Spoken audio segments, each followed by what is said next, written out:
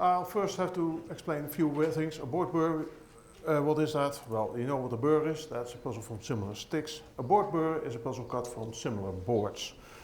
The puzzle I was looking for looks like this. Okay, on my screen it's flattened, but that's okay.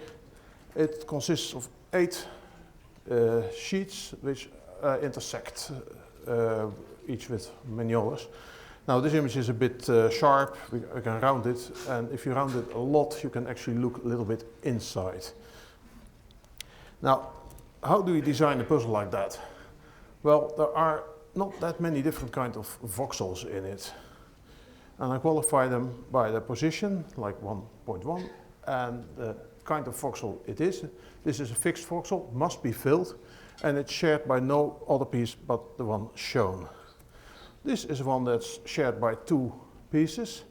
Let's call it in black. It's also fixed. This one must be part of this particular piece. This one is shared by 3 different pieces, and it's variable. It need not be filled in the final puzzle. These are shared by 2 and a variable, and this one is fixed. And everything else is a copy of these 6 different ones. How many shapes can you make with that? Well, there are 20 variable voxels here, or voxels to assign, and that amounts to about 1 million. That's a lot. But the black voxels, you need to assign exactly 4 to a piece, or 1 for each corner. Otherwise, the real corner piece voxel cannot be connected. If you use both blacks and that top left corner, then one of the intersecting pieces will run into problems. So for the corners, we can reduce it to only 16 combinations. And the rest is actually not as big as it looks. We can remove rotations and flips, and then still we need to assure that every piece is connected. I wrote a Perl script that ensures connectivity, and it found 3,771 shapes. Now, how many puzzles can you make with that? Well, you have to select a group of 6 out of that collection, and you may use multiple copies. That's a big number, even for mathematicians, I think. So we want to reduce that huge search space. And one way is to make an elegant puzzle that consists of only 1 kind of piece. That also means that those shared voxels cannot be filled more than 1/6 in each piece. And that applies particularly to the dark gray voxels, which there are only 8 in the complete puzzle. And those have to be distributed over 6 pieces, so no piece can have more than 1. And if all pieces are the same, of course. That reduces the number of suitable pieces to 259. Now that is actually testable with Burr tools. Burr tools knows about assemblies, puzzles, shapes, and solutions. A shape is just the shape of a piece or the shape of a puzzle, and in this case each shape corresponds to 1 puzzle because we use 6 copies. An assembly is an arrangement of these shapes into the solution shape, and the solution is an assembly that can be taken apart. Well, in those 259, there are 144 that cannot even be assembled, so that's quick. There are 89 that have 1 assembly, but none of those can be taken apart.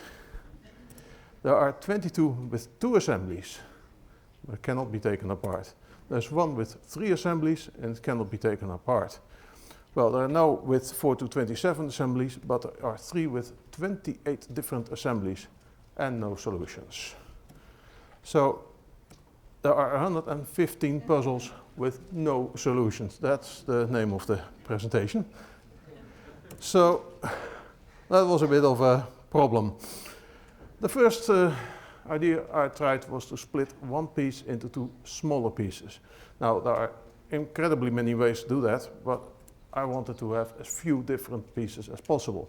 So I was looking for those pieces that have symmetry and can be split into identical smaller shapes. Well, it turns out that this is one, this swastika shape, and you can cut it this way and you get 2, well, weakly pieces. Or you can use that one, cut it like that. And this is the third one, and you can cut that in 2 ways. You can cut it into letter H shapes or two letter B shapes. So, testing again. 12 copies of this Ziggy, no solutions. The next one, same. This two letter H thing, no solution. Someone left a phone over here. Can I kill that?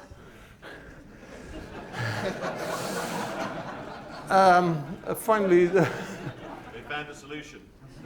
No, three. Then 12 copies of the letter B shape, no solutions.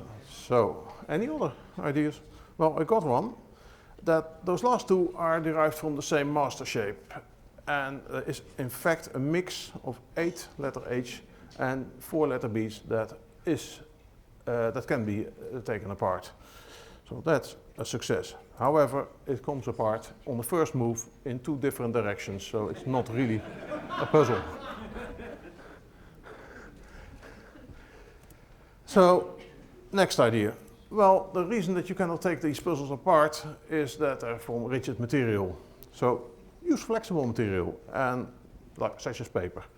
And indeed, that works in many ways. These are dexterity puzzles. It's a fiddly thing to put them together, and you will never want to take them apart.